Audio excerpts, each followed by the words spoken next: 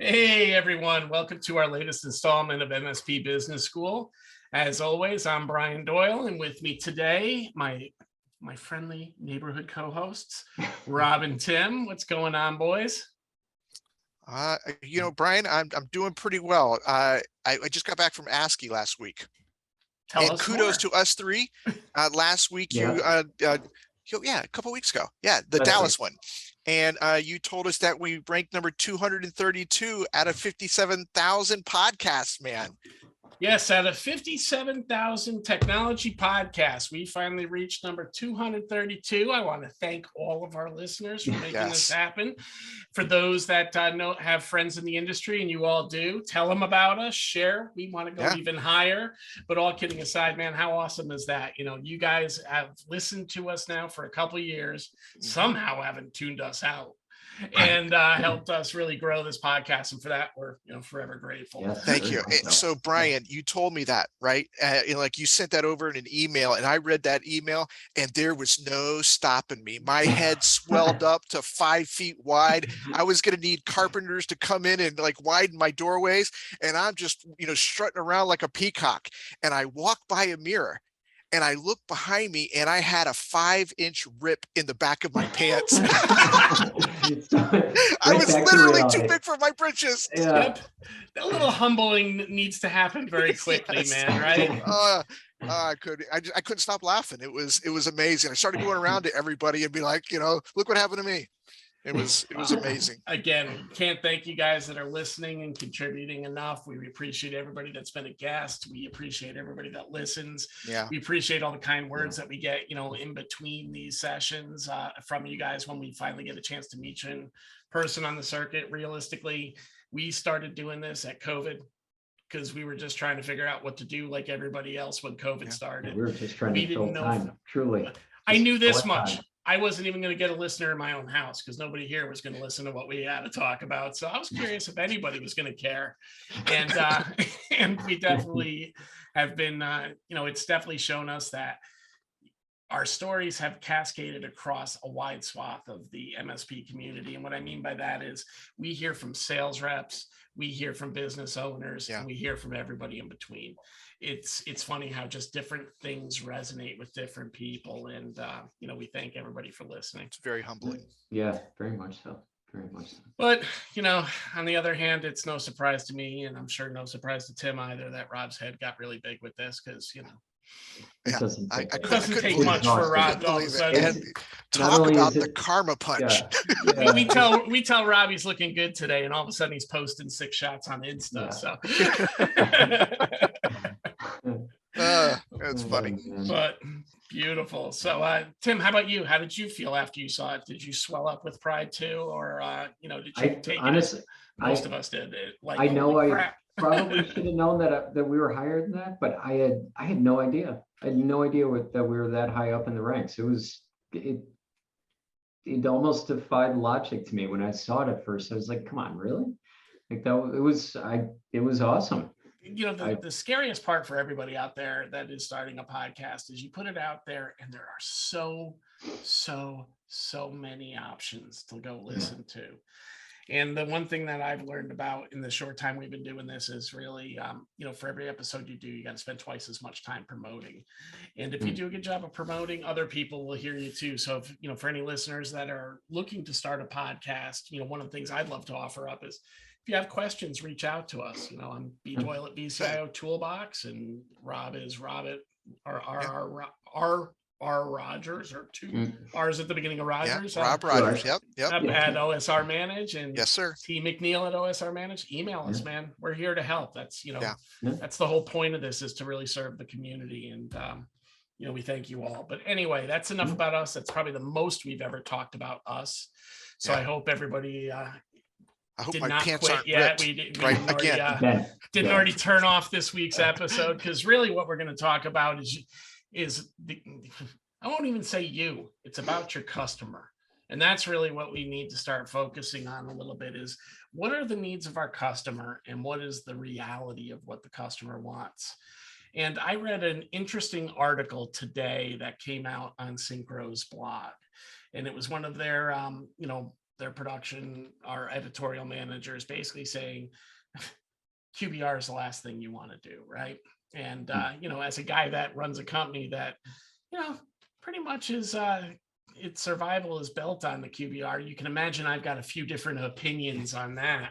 But when I did read the article, the context that really kind of hit me in that process is you don't have to do the QBR in that setting of it's QBR. You just have to be communicating with your customer and, showing the value. And what doesn't show the value, and what I really saw within this article, is everything that I hate to see in a QBR process. Ooh. The show up and throw up school of thought.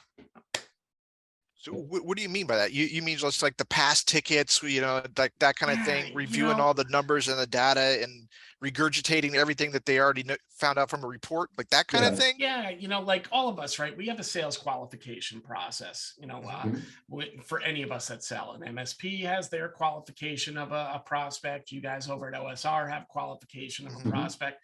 And certainly when I'm talking to a prospect at VCIO Toolbox, I know usually within the first 10 minutes whether or not they're really a prospect that fits where we position ourselves within the marketplace. And what do I mean by that?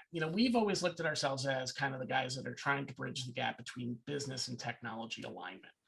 We want to take the tech speak that lives out there, help communicate it to a business owner in language that they can understand, and help them see the why behind the projects and services that are there. What I've been seeing way too much of in the QBR space is this desire to automate everything to the point that nothing has any meaning. Now, I am the biggest fan of automation, right? I want to pull evidence and information into a platform to share with a customer, but that information has to be meaningful. What's not meaningful to a customer? The things that are all about you. How many tickets you did last month, how quickly you finished those tickets, how quickly, what certain scores were on your backups and that no backups failed or anything like that. We all know, hey, backup fails one day, as long as we catch it the next day, we're probably in good shape and we have exposure for that 24-hour period that there's no backup. Customer doesn't really care to that. They just want to know, could have I gotten back to somewhere, right? So the point is, a lot of people love to what I call the show up and throw up theory. They pull reports from a variety of different systems, put them together. They all look graphically fantastic, but they don't really tell a story, right? And, just put on your marketing hat. Everybody's talking about story brand and what's the story of your company and how are you going to market that way? Your QBR has got to be the same way. So when I hear somebody say, this guy was a former MSP as well, and he said basically, hey, I never did QBRs and my customers never had a problem doing value. But what he did say in there was he was communicating with his customers at different points in time. So what I've always looked at the QBR to really be, and what our customers who tend to gravitate towards VCIO Toolbox are really doing, and again, this isn't meant to be a commercial there, do it without my tool. But what you got to be having is a business conversation with your customer a couple times a year. It's to understand them better. And I always go into those meetings going, what's in it for them, right? Classic things I hear from prospects when I first start talking to them. Oh yeah, we can't get past our point of contact. We can't get any C-level interest. Where they don't want to come in. Well, did you do QBRs before? Yeah, I brought, we did 2 or 3. Well, I could tell you already what happened. And it goes back to what I just said. First time you came in with the performance report, they loved it, right? Because they didn't know anything at that point. What was in it for them is great. Something is happening because it's a void, in their eyes. Cool. This is where we are. Next meeting. Hey, we're still on track. That's cool. Great. We improved a little bit here. Awesome. Third meeting. Hey, we've seen this before. What's in, what does this mean? Why is it there? And that's where you lost your attendance, right? So you really got to go into these meetings saying to yourself, what's in it for the customer? And if you're going to ask for the CEO and the CFO to be in attendance with your day-to-day point of contact, whether that's an operations officer, an IT director, or maybe just an office admin, that's in that business, you better have something that matters to each one of those parties. So when they leave that meeting, they derive something of value, right? So what are those things? Well, look, I'm not against performance metrics. it's important to have a sense of, what assets are expiring and what patching has been done and what our secure score is, and those things. They're all part of the story. But what's the story you're trying to tell? So, from my seat, QBRs are not show up and throw up events. They're not there to boast about what you've done. It's not about demonstrating your value through what you complete. Hell, that's what they write the check for, right? I used to get that from my father all the time when I was growing up. No, that I'm not paying you an allowance and I'm going to pat you on the back too. That you're getting paid an allowance because that's what you were supposed to do to get the money. Yeah. And that's really what we're talking about here. Now you want to drive value, fill that leadership void that exists in the customer's place. Most of our clients are SMB. They don't have a CIO. They really look at us as an operational partner. They may not yet know us as a leadership partner. And this is where the relationship gets strained too. When you're the operational partner and something goes wrong with technology outside your control, you pay the price for that because you've shown them nothing else. Yeah. Right? You're nothing but the hands and feet that fix things. And when things break and can't be fixed for a little while, that reflects badly on you, right? And that's where the challenge is. Then there's the other side of the coin, the curse of the great MSP. The more we automate, the more we do remotely, the less we're on site and less things tend to break. And all of a sudden, if we're not positioned properly within the customer's environment, what do we need you for? Yeah, well, what are we paying for, right? Yeah, it doesn't make sense. So you got to go into these any kind of a meeting event with your customer and saying what's in it for them and where can I demonstrate some leadership first. So the next question is always, what's leadership? So I'm going to ask you guys, what do you consider leadership to be? What's the leadership expectation from an MSP? And should they be providing their customers? What's the leadership that they should be providing to so their customers? You're an MSP. Customer doesn't have an IT manager. You're doing their traditional services. What should you be bringing to the party from a leadership perspective? Well, I think one thing that, Rob and I, and just us at OSR in general, granted, I'm going to be switching over to more the hunting side from a sales perspective, but we believe very strongly in when you start that relationship with a new client, focusing on where do they want to be as a business. If you can focus on where they want to be as a business in 3 to 5 years, then you have the conversation around how can your technology stack as the MSP help them get to where they want to be, whether it's more employees, multiple locations, better net profitability, whatever that is, your technology stack should be able to solve their issue. And that's really, in our opinion, that's how it almost has to be now, because if you don't do that, then you're relying on, we've got great communication, we've got great response time or great customer service. Yeah. Trucks are cool. So does your neighbor. So does your neighbor. Rob, anything you want to add to the leadership thing before I give you my thoughts? It's 100%. In our opinion, everything is built around the business acceleration of your clients. How can they accelerate whatever they're trying to do? They don't care how many passwords you reset last month.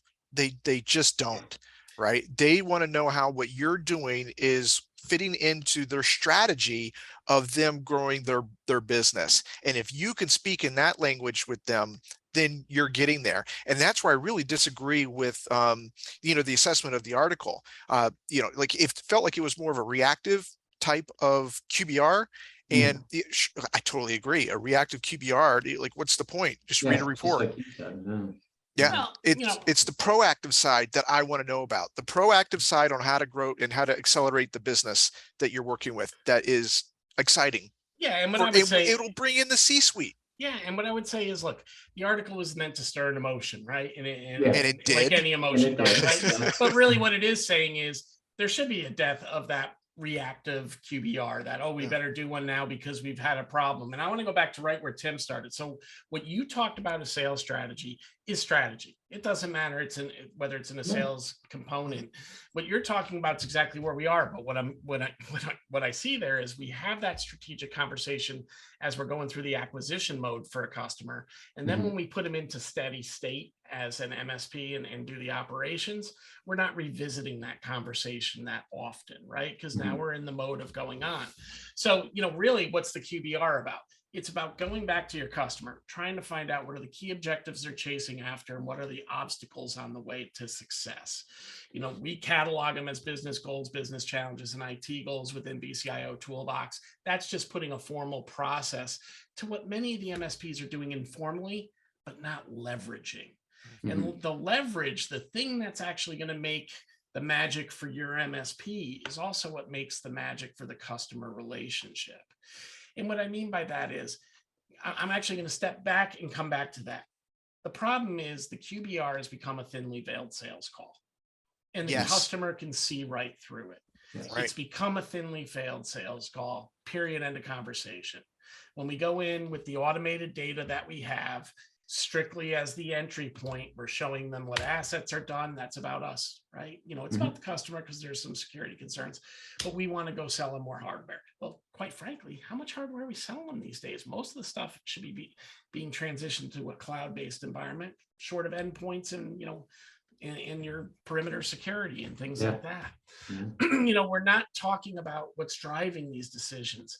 So the customer feels like they're being sold, right? And this is why the QBRs are kind of sometimes frowned upon or not sparsely attended. Now let's transition it. And now let's get into kind of the right way. I've always looked at it as stealth selling. If we do a good job of making points, if we do a good job of being consultative in the process, the reality is we're going to sell more stuff. It just happens. And it happens naturally. But what we're trying to do in the process is educate while removing sales friction. So again, we start by building a strategy for our customers, right? We get their input in so they own part of the plan. This is another thing we forget to do sometimes in the QBR process. It's not about us dictating to them. It's about us engaging them so they can be a part of this development. Then we want to go conduct our gap assessments and do our automation to collect the evidence that's going to support whatever we put in our roadmap. Now, when we build our roadmap, we want to tie those findings back to the things that are driving the roadmap and then tie it back to the goals that we've identified so we can build a business case and help that small to mid-sized business customer who is not an IT pro, might not even be tech savvy, come to their own conclusion and make a more informed decision because we've shown them the why. They have the business case. And this is where you drive value because now you are playing a leader. We talk about the VCIO role, and what I hate, I'm putting a little context there, but what I hate is it's become this marginalized account manager role where it was really meant to be a technology leadership role in the beginning. And QBR and VCIO have become synonymous, and they're not necessarily synonymous, right? I think, Brian, it starts with just like the paradigm shift of what we are, the person that's going in there, right? Is right now it is a client account manager or a technical account manager, and it needs to be a client success manager. And if they can start making that like gestalt, if they can start making that paradigm shift, then you start from there, right? You're not going in there to do the gap analysis or the white space analysis. You're going in there to how are we tracking to the goals, the business and strategy goals that you have as a client, and how are we getting there, and how can we get you there in the future, and having those conversations. And you don't have to be a level 5 CISO, right? You don't have to be that. You just have to be somebody who's not, the end goal is to come away with a project. And you have to be adapting. Yes. Business conditions change all the time. So part of the quarterly business review should be revisiting with your customer. Hey, here's what we said last time. Does this still in fact play anymore?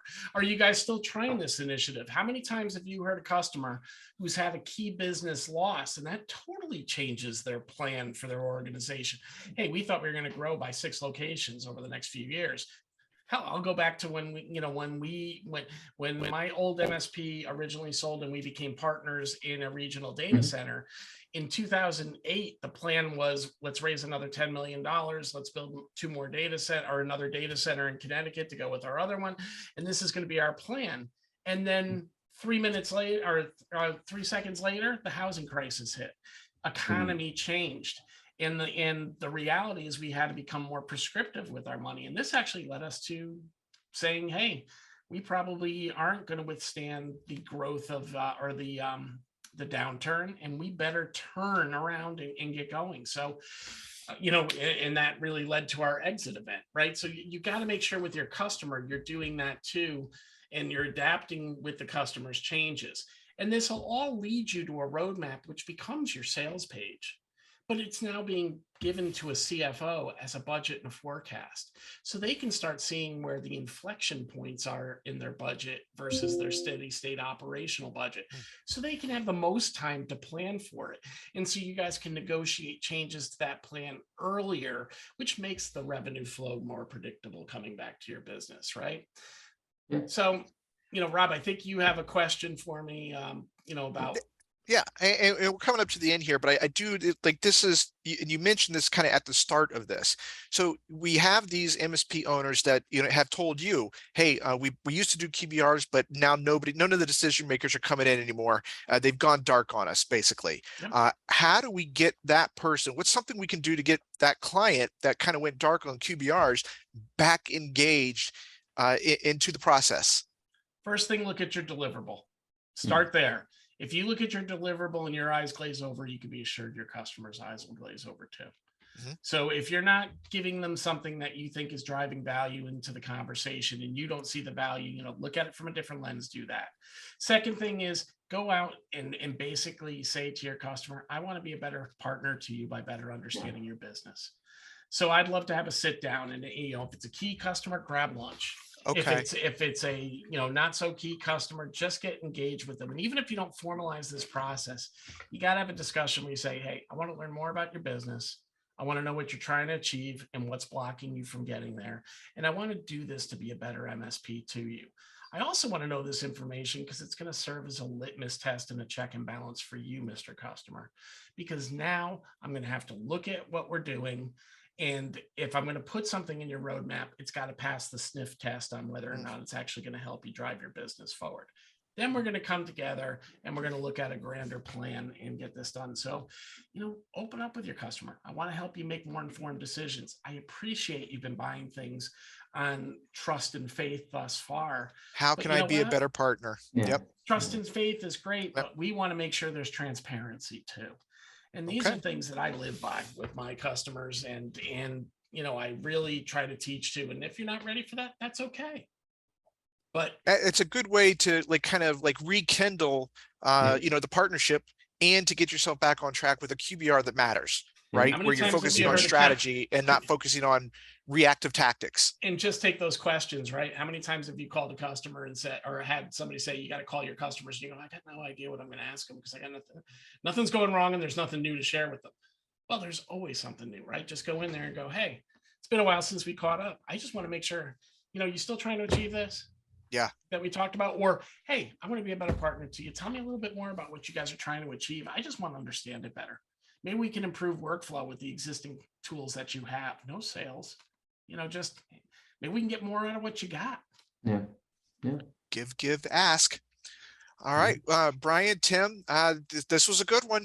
I liked this one. I like it when we redefine things out there and, really give value to people and help them turn from a reactive model into a proactive model. Hey, we did it with break fix at the MSP, and now we're doing it with the QBR process. And I really, truly believe that this is it's changing right now. I love QBRs. I think they're very valuable for building up the relationship and dropping churn. Communication is key. So this was a good one for me. Brian, Tim, I appreciate you fellas. I'm glad that we were able to do this today.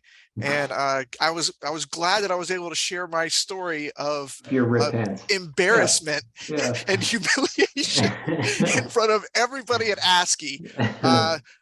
So hey, there it is. Yeah. So with that said, we're going to cut this off because poor Tim needs to get to a meeting and Rob's not letting him get there. But thank you all. We'll see you again next week. All right. Take care, fellas. All right. Thanks. Bye.